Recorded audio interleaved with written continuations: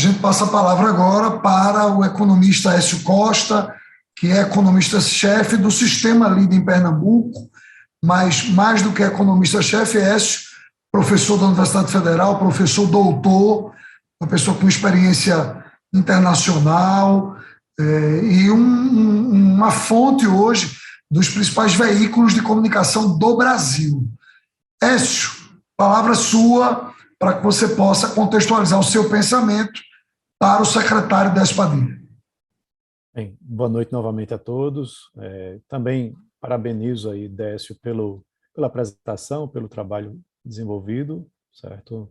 É importante você ter a preocupação, né, de ter contas públicas saudáveis, né, que você consiga obter capacidade de pagamento para novas operações, né, para garantir, como ele bem disse, o salário em dia do servidor público.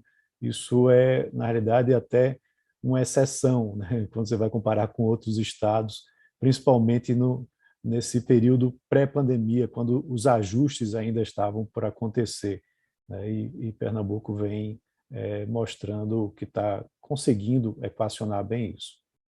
Mas eu queria aqui colocar alguns pontos de preocupação na situação futura, tá certo? E analisando um pouco o passado recente. A gente teve aí um período de pandemia, 2020 e 2021, onde tivemos, no ano de 2020, um gasto excessivo, né, por parte do governo federal, em todas as frentes, né, inclusive também com auxílio aos estados e municípios. Isso ajudou o caixa de muitos estados. Foi um momento onde houve também a suspensão do pagamento de alguns empréstimos durante esse período. E a atividade econômica dos estados estava muito fraca, como o Décio bem mostrou, em alguns meses a arrecadação caiu drasticamente, e era realmente um auxílio necessário, importante naquele momento. Em 2021, aí tivemos uma mudança significativa de retomada da economia, de reabertura, de vacinação, e de um problema sério relacionado a, na realidade, até um efeito do que aconteceu em 2020 de inflação. E a inflação vem aumentando os custos de muitos processos produtivos e de muitos produtos que são comercializados. Numa tabela que o próprio Décio apresentou, você tem, por exemplo, os combustíveis com elevação de 42% na arrecadação do ICMS. Muito disso foi justamente a inflação específica daquele setor, né? Quando você olha câmbio e elevação do barril de petróleo, como Décio também apresentou, isso influenciou muito o preço do combustível, que terminou elevando em muito a sua arrecadação. A mesma coisa se repetiu com outros setores, né, construção civil, né, isso também teve uma elevação muito forte. E aí terminou potencializando o ganho não só do estado de Pernambuco, mas de todos os estados brasileiros, de ICMS durante esse período. Então, o aumento da arrecadação do ICMS foi de 21% no estado de Pernambuco só nesse ano de 2021. E aí você leva em consideração isso como um ganho considerável, é uma das principais fontes de receita, é a principal fonte de receita do estado, e teve um aumento inflacionado, né, sem o trocadilho, mas aumentado pela inflação. Tá? É uma situação preocupante, né, porque você, como o Décio disse, vem agora para 2022 com uma situação de crescimento econômico bem mais baixo do que aquela de 2021, que 2021 foi um período de recuperação em relação a 2020, então a base também é muito fraca, então a gente vai crescer, o Brasil vai crescer 4,5% em 2021, mas porque teve uma base muito fraca. 2022 é um outro cenário, é um cenário onde, como o Décio bem mencionou, você tem ainda uma inflação forte e tem um crescimento econômico zero ou próximo de zero a nível nacional, pelo menos. Vamos rezar para que Pernambuco fique acima disso, mas a média nacional, você vai olhar, fala assim 0,3 para o ano. Então, isso vai comprometer, em termos de gerar arrecadação via crescimento econômico. E a inflação, que no momento é algo bastante preocupante, a tendência com a Selic subindo é que ela vá realmente convergir, não para o centro da meta, mas para o teto da meta, pelo menos algo próximo de 5%, o que pode impactar a arrecadação do ICMS, né, nos estados de diversos setores. Claro, de repente combustíveis pode ficar mais elevado, como aconteceu no passado, tem toda uma dinâmica internacional já apresentada por Décio, mas há uma previsão, segundo o Décio, de uma arrecadação de 9%, de um aumento na arrecadação do ICMS de 9% em 2022, e uma previsão de inflação, por exemplo, de 5%. Então, Pernambuco teria que crescer além desses 5% da inflação para poder justificar realmente esse aumento de ICMS. Essa é uma preocupação que eu queria ouvir um pouco dele. E aí, o complemento um pouco em cima do que a Avelar também... A partezinha final cortou um pouco, por favor. É só a partezinha final agora, que eu queria ouvir um pouquinho antes, aí cortou. Certo. O que eu estava mencionando, a questão do aumento da arrecadação do ICMS, a expectativa é que seja de 9%, temos uma previsão de inflação de 5%, então teria que Pernambuco crescer acima disso, né, para poder você ter uma arrecadação mais alta, né? Então, como que o planejamento da Cefaz está indo para chegar nesse montante?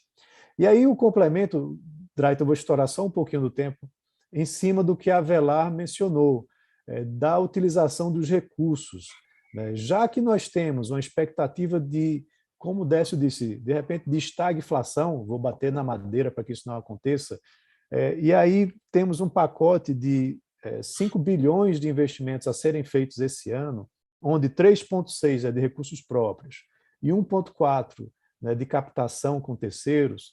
Não seria interessante fazer um colchão com esses 3,6 para segurar a situação fiscal num período que promete ser bastante complicado como esse 2022?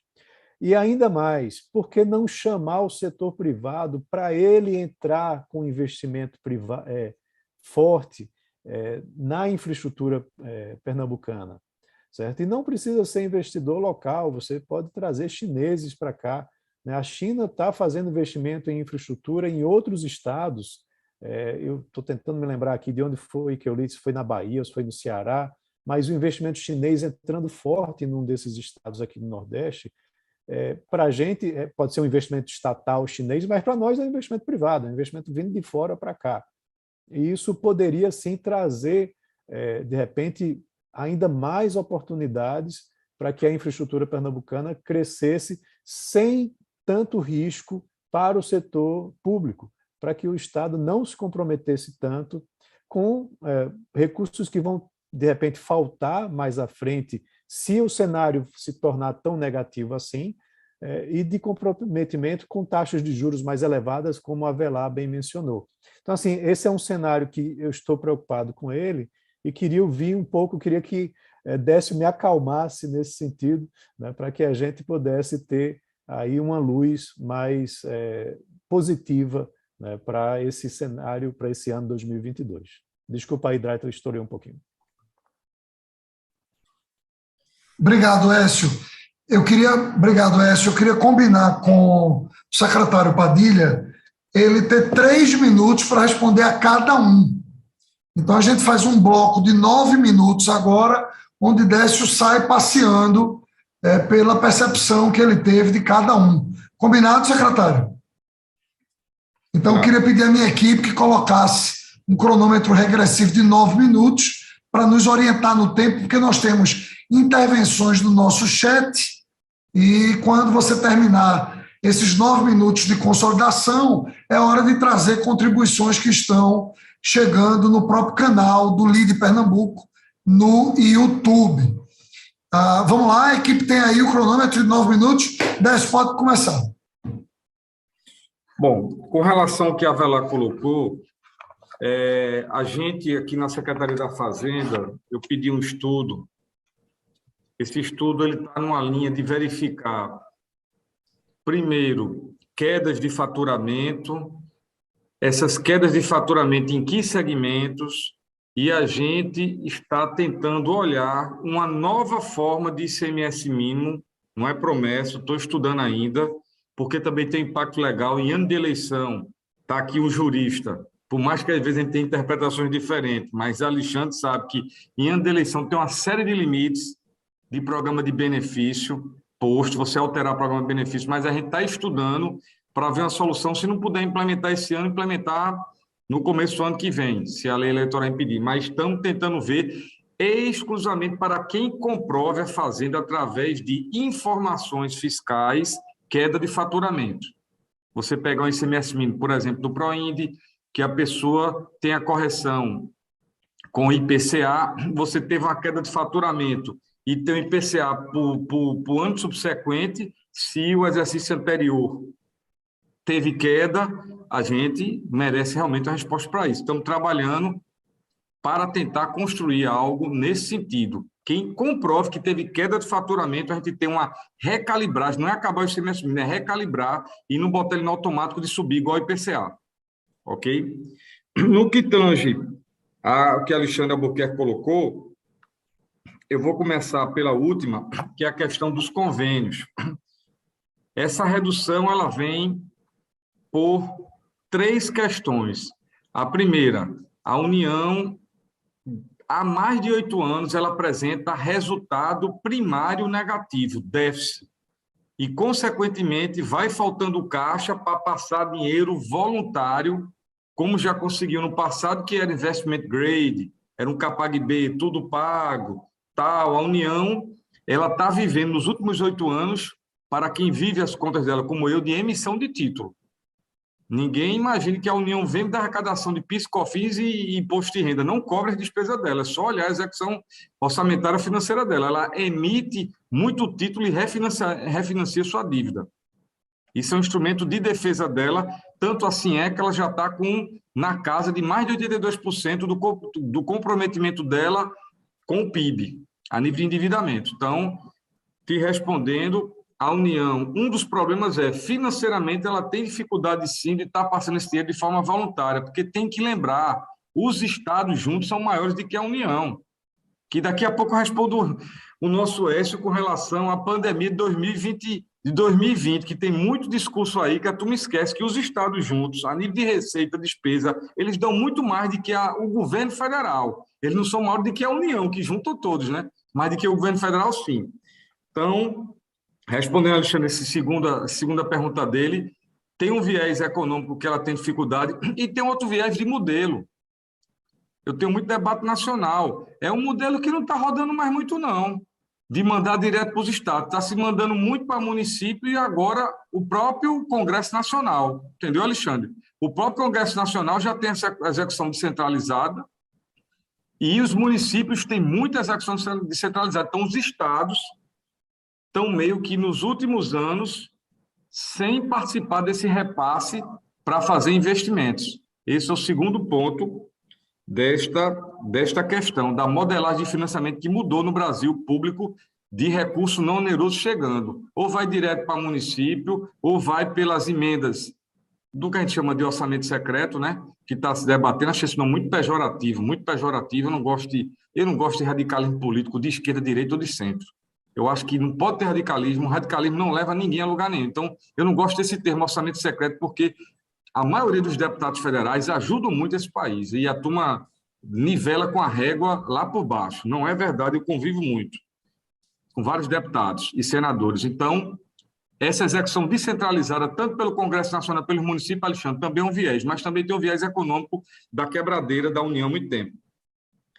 Com relação ao DIFAL, eu queria um debate específico sobre ele, Alexandre, que ele é um debate muito mais rico. Primeiro, tem discussões do DIFAL com relação ao arranjo de negócio físico,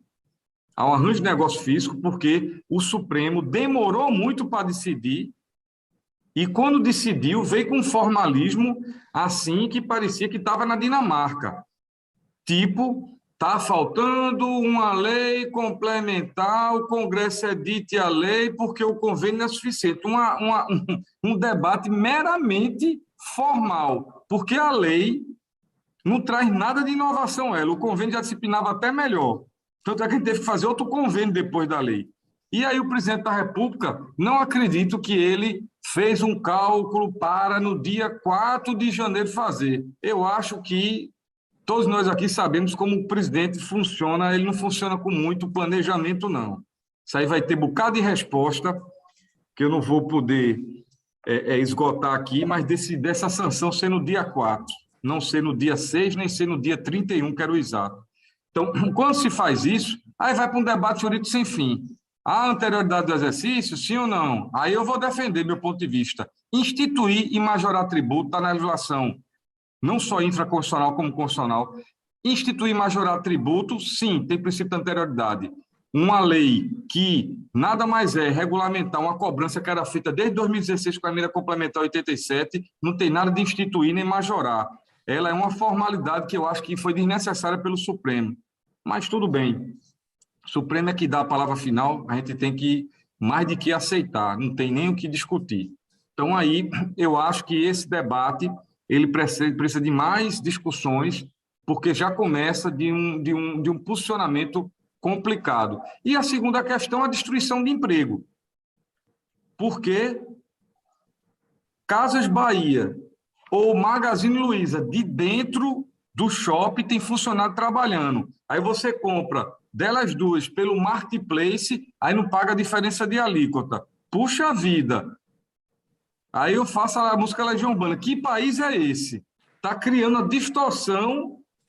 distorção de concorrência com o mesmo segmento por uma decisão judicial. A mesma loja que vende pelo marketplace é muito mais negócio do que vender com sua loja física. Então, vai o quê? Demitir os funcionários. Vai para baixo o comércio, porque lembre-se que comércio eletrônico, o grosso dele, 88% dele é para não consumidor. Não é para empresa. Então, a gente está destruindo a cadeia econômica. Porque se é assim, não tem sentido a tributação mais de diferença de alíquota. O debate é muito amplo. Quer a solução disso? Aprove imediatamente com Rodrigo Pacheco. Ele está chamando o secretário da Fazenda para conversar daqui a 15 dias a reforma tributária, que acaba ICMS com a desgraça e cria outro tributo chamado IVA. No que tange a nosso Écio, a primeira questão que tem é 2020, a pandemia, todos os recursos que forem enviados, eles são recursos, é importante, é necessário, sem ele é colapso financeiro, mas jamais recurso pontual, ele estrutura caixas. O Estado de Pernambuco teve uma queda, que vocês viram aí, de mais de 800 milhões de ICMS. Então, mandar 1 bilhão e pouco e deixar de pagar a dívida, porque não resolve por duas coisas. O ICMS caiu nesse valor, mas o custo do Covid com o Tesouro Estadual foi de 1 bilhão 627, como eu falei. Então, quando soma tudo isso, o dinheiro que passa é impossível cobrir esse buraco. Quanto mais fazer caixa. E é muito simples. A União teria dinheiro para repor a São Paulo. O primeiro orçamento do mundo, do Brasil, é o governo federal. O segundo é o Estado de São Paulo. O terceiro é a cidade de São Paulo. O quarto é Minas Gerais. O quinto é Rio Grande do Sul. O sexto é o Paraná. Gente, pelo amor de Deus. A União jamais, na União, o governo federal, o orçamento jamais teria dinheiro para repassar esses estados todos que tiveram queda em um ano, de forma que fizesse caixa. Isso é um discurso assim que, desculpe, mas ele está muito mal, digamos assim, trabalhado a nível de Brasil. Não tem como fazer caixa com a pandemia, porque o gasto foi muito alto com o Covid. Do ponto de vista, é só olhar nossos balanços, do ponto de vista da receita, o que a gente vai fazer é o seguinte: todo esse superávit que teve aí de mais de 2 bilhões está sendo guardado com muito carinho, tem discussões salariais também, né, que são importantes, tem a questão do plano de investimento esse ano, que vai ser alto, e tem que se fazer alto, e a gente só vai fazer a operação de crédito se realmente precisar. Então, esse dinheiro aí, digo a você, com tranquilidade, pela execução, a gente já está em fevereiro, são 10 meses de execução. Vai ficar muito recurso para o próximo governo. Desculpe lhe Se preocupem atrapalhar, muito. mas ainda tem aquela questão que a gente discutiu hoje no almoço, né, do teto da tributação em cima de combustíveis, de teles. Isso ainda pode atrapalhar um pouco na receita também. Pode né? sim. E isso são o que a gente chama de bombas fiscais, que vão acontecer. Não é? Essa decisão do Supremo Tribunal Federal, que eu pensei que a Alexandre também iria aqui, a gente fica para outro debate, de imediatamente decidir uma coisa que vinha se discutido há um tempão, mas teve um momento que apertou o botão com o plenário virtual e decidiu isso aí, botou uma bomba fiscal, que a questão agora é, como é que se resolve isso? É alta alíquota de energia, é de combustível, mas não se resolve isso do dia para a noite. Você tem que tirar os encargos dos estados. Lembre que hoje quem paga 67% do SUS, não deu tempo de eu mostrar o gráfico, eu mostro na próxima debate da gente, são os estados. 2008, 68% do SUS, quem pagava era a União não estava pagando o SUS não, gente. A portaria é congelada e ela não atualiza, além do valor do procedimento, ela não atualiza a quantidade de novos hospitais que vieram e UPA. Então a União está botando pouquíssimo dinheiro no SUS, como bota quase nada no Fundeb. A verdade é que a União virou uma ficção jurídica, concentra a receita e não tem gasto. Então, dentro desse contexto aí, o que eu queria colocar é que essas bombas fiscais, sim, vão exigir recursos, só que o governo em 2023 vai rodar como nunca antes existiu. Todo governo que começa com déficit. A gente vai deixar um recurso imenso para o governo que vem em conta, desvinculado, porque não dá tempo em 10 meses, mesmo que a gente quisesse fazer mágica, de rodar tanta licitação que consuma isso. Então, ele vai ter dinheiro sim. Então, esse fundo que está falando, naturalmente, ele está criado. É uma conta chamada Conta Investimento, que eu tenho, que não se confunde com o 13º, que não se confunde com o custeio. É uma conta que rende lá juros todo mês para o Estado de Pernambuco, e ela vai um saldo imenso no ano que vem. Pela primeira vez, vai ser uma eleição que o governador que sentar naquela cadeira, vai sentar com dinheiro para ter o que fazer, vai quebrar a cabeça com o que fazer. E não quebrar a cabeça para pagar a conta. Então, isso é uma coisa diferente aqui em Pernambuco. Diferente mesmo, e às vezes passa despercebido.